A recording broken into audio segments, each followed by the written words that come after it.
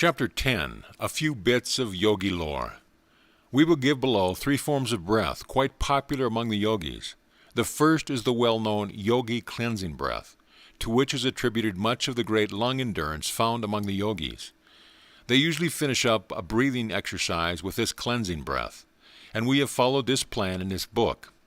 We also give the yogi nerve vitalizing exercise, which has been handed down among them for ages, and which has never been improved on by the Western teachers of physical culture, although some of them have borrowed it from the teachers of yoga. We also give the yogi vocal breath, which accounts largely for the melodious, vibrant voices of the better class of the Oriental yogas. We feel that if this book contained nothing more than these 3 exercises, it would be invaluable to the Western student. Take these exercises as a gift from your Eastern brothers and put them into practice.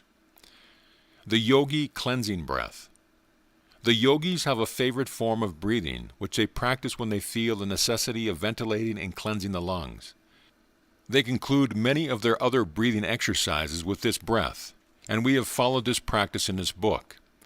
This cleansing breath ventilates and cleanses the lungs, stimulates the cells and gives a general tone to the respiratory organs, and is conducive to their general healthy condition. Besides this effect, it is found to generally refresh the entire system. Speakers, singers, etc. will find this breath especially restful after having tired the respiratory organ. 1. Inhale a complete breath. 2. Retain the air a few seconds. 3. Pucker up the lips as if for a whistle, but do not swell out the cheeks. Then exhale a little air through the opening with considerable vigor.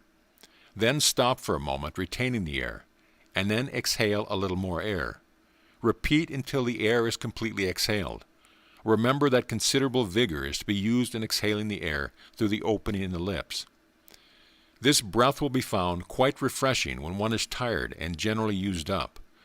A trial will convince the student of its merits.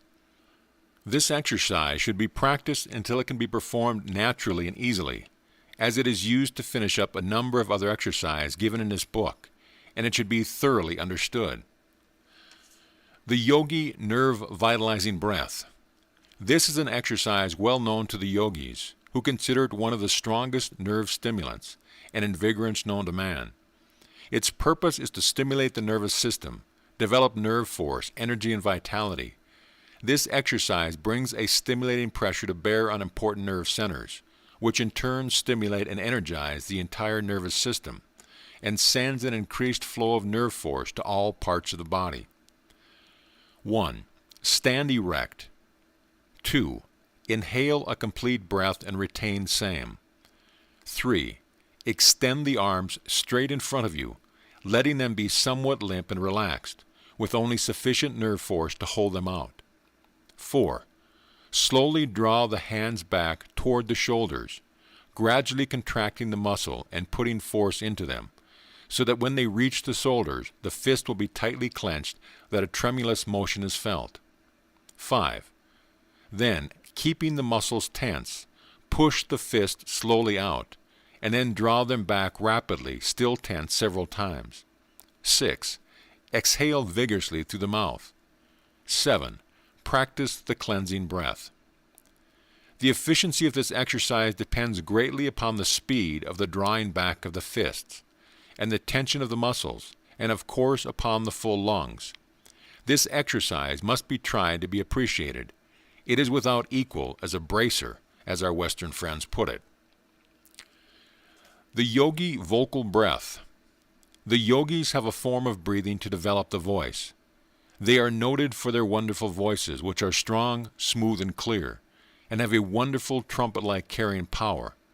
They have practiced this particular form of breathing exercise, which has resulted in rendering their voices soft, beautiful, and flexible, imparting to it that indescribable, peculiar floating quality, combined with great power. The exercise given below will in time impart the above-mentioned qualities of the yogi voice to the student who practices it faithfully. It is to be understood, of course, that this form of breathing is to be used only as an occasional exercise and not as a regular form of breathing. 1. Inhale a complete breath very slowly but steadily through the nostrils, taking as much time as possible in the inhalation. 2. Retain for a few seconds. 3. Expel the air vigorously in one great breath through the wide open mouth. 4. Rest the lungs by the cleansing breath.